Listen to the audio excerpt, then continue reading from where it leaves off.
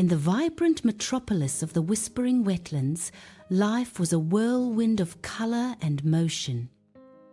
Sleek dragonflies raced through the reeds, diligent bees constructed golden hives, and fashionable ladybugs socialised on sun-drenched petals.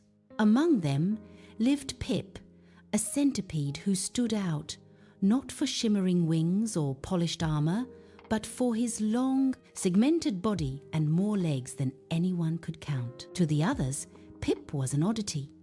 "Watch out, here comes the rippling ribbon," teased the grasshoppers. "Try not to trip over yourself," laughed the butterflies from the safety of the sky. Pip, ever humble, would simply offer a shy wave with a few of his many legs. While the others enjoyed the heights, Pip explored the damp, dark places, the narrow crevices and muddy channels near the creek. He wasn't fast or glamorous, but he possessed an intimate knowledge of the earth beneath them. One sweltering afternoon, the cheerful buzzing of the meadow suddenly died. The sky turned a bruised, angry purple, and a low rumble shook the ground. "The great splash is coming!" an ant scout cried, just as the heavens opened. The rain fell in torrential buckets, turning the dry paths into treacherous rivers of thick, brown sludge. In the center of the rising chaos stood Big Rock, a massive boulder that quickly became a lonely island in a sea of churning mud.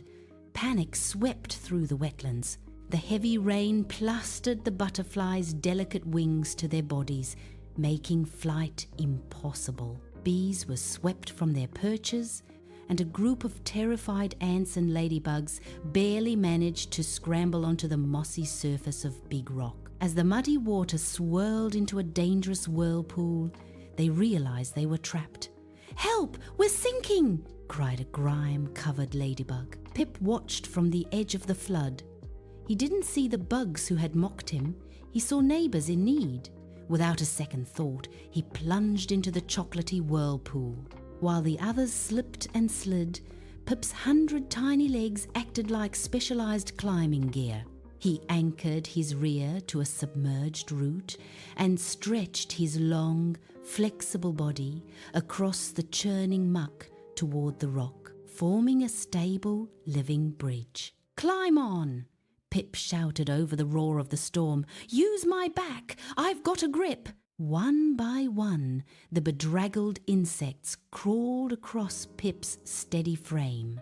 He felt the weight of the waterlogged bees and the tickle of the ants, but he held firm against the force of the sludge. He was the anchor they so desperately needed. As the last insect reached the high ground, the sun began to peek through the clouds. The survivors looked down at Pip, mud-caked and exhausted, but triumphant. The same butterfly who had teased him landed softly on a nearby leaf.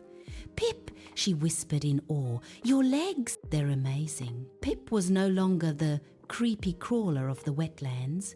He was the grand bridge of Big Rock, a hero who proved that what makes you different is exactly what makes you extraordinary.